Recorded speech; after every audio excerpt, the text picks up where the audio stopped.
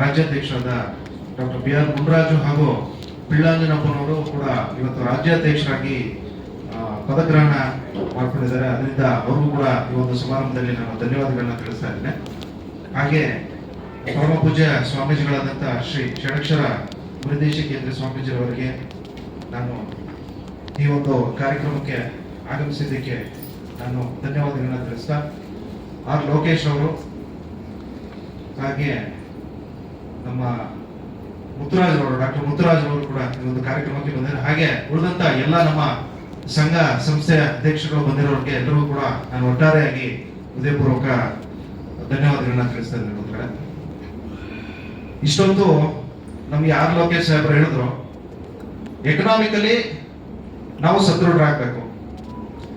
Economically ನಾವು ಸದೃಢರಾಗಬೇಕಾದ್ರೆ ಶಿಕ್ಷಣದ ಅರಿವಿರಬೇಕಾಗ್ತದೆ. ಇಷ್ಟೊಂದು ಅವರು ಸುದೀರ್ಘವಾಗಿ ಹೇಳಿದ್ರು, ಶಿಕ್ಷಣದ ಪಾತ್ರ ಎಷ್ಟು ಅಮೂಲ್ಯ ಅನ್ನೋದನ್ನ ಸದೃಢವಾಗಿ ಹೇಳಿದ್ದಾರೆ. ನಾವು ಬಡತನದಲ್ಲಿ ಹುಟ್ಟಿದ್ದೀವಿ, ನಮ್ಮ ಮಕ್ಕಳಿಗೆ ನಾವು ಉತ್ತಮವಾದಂತಹ ಶಿಕ್ಷಣ ಕೊಟ್ರೆ ಬಹುಶಃ ಅವ್ರು ಹೇಳಿದ ಕನಸು ನನ್ಸಾಗ್ತದೆ. ಅದರಿಂದ ನೀವೆಲ್ಲರೂ ಕೂಡ ಶಿಕ್ಷಣವನ್ನು ನಿಮ್ಮ ಮಕ್ಕಳಿಗೆ ಕೊಡೋದಕ್ಕೆ ನೀವು ಇವತ್ತಿಂದನೇ ಪ್ರಾರಂಭ ಮಾಡಿ ಮತ್ತು ಎಚ್ಚರಗೊಳಿಸಿ.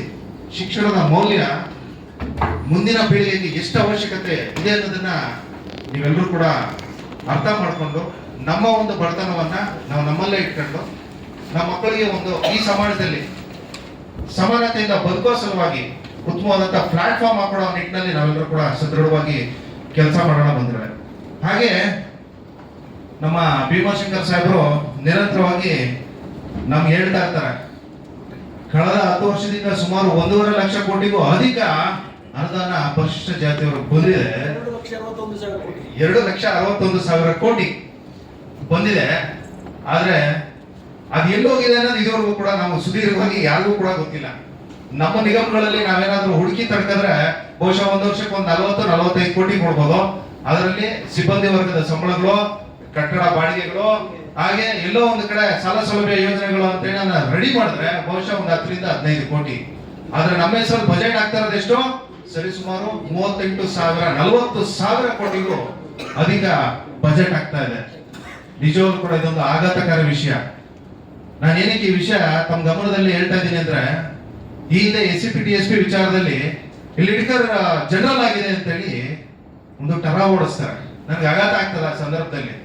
ಆದ್ರೆ ಪರಿಶಿಷ್ಟ ಜಾತಿ ಪರಿಶಿಷ್ಟ ವರ್ಗದ ಅಭಿವೃದ್ಧಿಗೋಸ್ಕರ ಆಕ್ಚುಲಿ ಈ ಒಂದು ಎಸ್ಪೆಷಲಿ ಲೆದರ್ ಆರ್ಟಿಸನ್ಸ್ಗೋಸ್ಕರನೇ ಓಪನ್ ಆಗಿರ್ತಕ್ಕಂಥದ್ದು. ಸಮಾಜ ಕಲ್ಯಾಣ ಇಲಾಖೆ ಇದನ್ನ ಟೈಪ್ ಮಾಡಿ ಇದನ್ನ SC ST ಫಂಡ್ ಅಲ್ಲಿ ಆಕ್ಚುಲಿ ಕೊಟ್ಟು ಇವರೆಲ್ಲರನ್ನೂ ಕೂಡ ಸಾಮಾಜಿಕವಾಗಿ, ಶೈಕ್ಷಣಿಕವಾಗಿ, ಎಕನಾಮಿಕಲಿ ಬಲವರ್ಧನೆ ಮಾಡಬೇಕು ಅನ್ನೋ ದೃಷ್ಟಿಕೋನದಲ್ಲಿ ಸಮಾಜ ಕಲ್ಯಾಣ ಇಲಾಖೆ ತನ್ನ ಅಧೀನಕ್ಕೆ ಒಳಪಡಿಸಿಕೊಂಡು ಪ್ರತಿಯೊಬ್ಬರು ಕೂಡ ಒಂದು ಪ್ಲಾಟ್ಫಾರ್ಮ್ ಹಾಕೊಡುವಂತ ಒಂದು ವ್ಯವಸ್ಥೆ ಮಾಡಿಕೊಡ್ತು.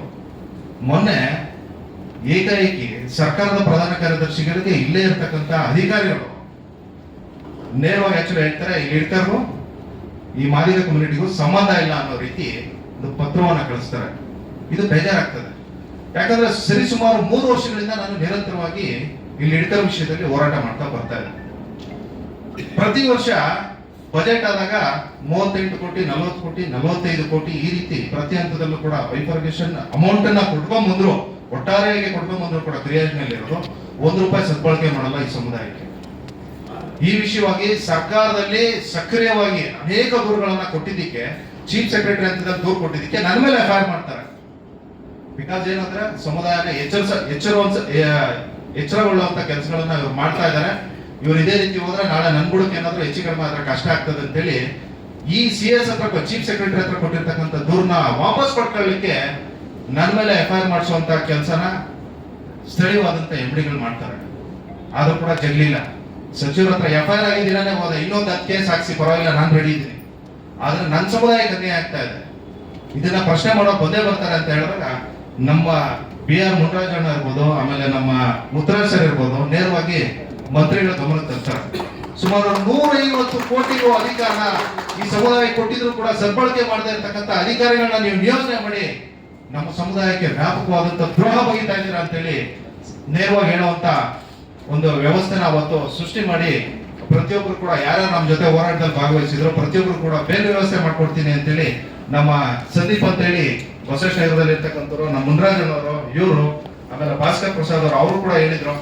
ನೀವು ಕೇಳಿರ್ತಕ್ಕಂಥದ್ದು ಕರೆಕ್ಟ್ ಆಗಿದೆ, ಅಧಿಕೃತವಾದಂತ ಮಾಹಿತಿಯೊಂದಿಗೆ ನೀವು ಇವತ್ತು ಹೋಗಿದ್ದೀರಾ. ಸೊ ಅದರಿಂದ ನಮ್ಗೆ ಇದುವರೆಗೂ ಕೂಡ ಗೊತ್ತಿರಲಿಲ್ಲ ಇಲ್ಲಿ ಈ ತರ ವ್ಯಾಪಕವಾದಂತ ವ್ಯವಸ್ಥೆ ಅಡಗಿದೆ ಅನ್ನೋದು ನಮ್ಗೆ ಇದುವರೆಗೂ ಕೂಡ ಗೊತ್ತಿರಲಿಲ್ಲ ಅಂತೇಳಿ ನಮ್ಮ ಮುನ್ರಾಜಣ್ಣವರು ಕೂಡ ಹೇಳಿದ್ರು. ಇನ್ನೊಂದು ವಿಷಯ ತಮ್ಮ ಗಮನಕ್ಕೆ ತರಕ್ಕೆ ಹೇಳ್ತೀನಿ ಅಂದ್ರೆ, ಎಲ್ಲೋ ಇರತಕ್ಕಂತ ಬಿಹಾರಿಗಳಿಗೆ, ರಾಜಸ್ಥಾನಿಗಳಿಗೆ ಇಲ್ಲಿ ಸರಬರಾಜು ಸೇವೆ ಸಿಗ್ತಾ ಇದೆ. ನಮ್ಮಲ್ಲೇ ಇರ್ತಕ್ಕಂತ ಇದೇ ಸಮುದಾಯದಲ್ಲಿ ಹುಟ್ಟಿರ್ತಕ್ಕಂಥವ್ರಿಗೆ ಯಾವುದೇ ರೀತಿ ಕಾಮಗಾರಿ ಇರ್ಬೋದು, ಸರಬರಾಜು ಸೇವೆ ಇರ್ಬೋದು, ಪ್ರತಿಯೊಂದು ಕೂಡ ನಮ್ಮವ್ರಿಗೆ ಯಾರಿಗೂ ಕೂಡ ಕೊಡ್ತಾ ಇಲ್ಲ. ಸೊ ಇದಕ್ಕೋಸ್ಕರ ನೀವು ಇವತ್ತಿನ ಹೋರಾಟ ಮಾಡಿ ನಿಮಗೆ ಸಿಗ್ಬೇಕಾದಂತ ಹಕ್ಕುಗಳನ್ನ ನೀವು ಪಡೆಯೋ ಸಲುವಾಗಿ ನೀವು ಮಾಡಿ. ನಾನು ಕೂಡ ನಿರಂತರವಾಗಿ, ಯಾಕಂದ್ರೆ ಇದೊಂದೇ ಇಲಾಖೆ ಅಂತ ಅಲ್ಲ, ಪ್ರವಾಸೋದ್ಯಮ ಇಲಾಖೆಯಲ್ಲಿ SC SP TSP ಕಾರ್ಯಕ್ರಮದಲ್ಲಿ ಸರಿ ಸುಮಾರು 30 ಕೋಟಿಗೆ 24-25 ಸಾವಿರ ಕೊಟ್ಟಿದ್ರು. ಸೊ ಅದನ್ನ ನಾವೇನ್ ಮಾಡಿದೀವಿ, ವಾಣಿಜ್ಯ ಮಳಿಗೆಗಳನ್ನ ಸ್ಥಾಪನೆ ಮಾಡಿ ಪರಿಶಿಷ್ಟ ಜಾತಿಯವರಿಗೆ, ಪರಿಶಿಷ್ಟ ವರ್ಗದವರಿಗೆ ಹಂಚಿಕೆ ಮಾಡಿ ಅಂತ ಕೊಟ್ಟಿದ್ದೀವಿ.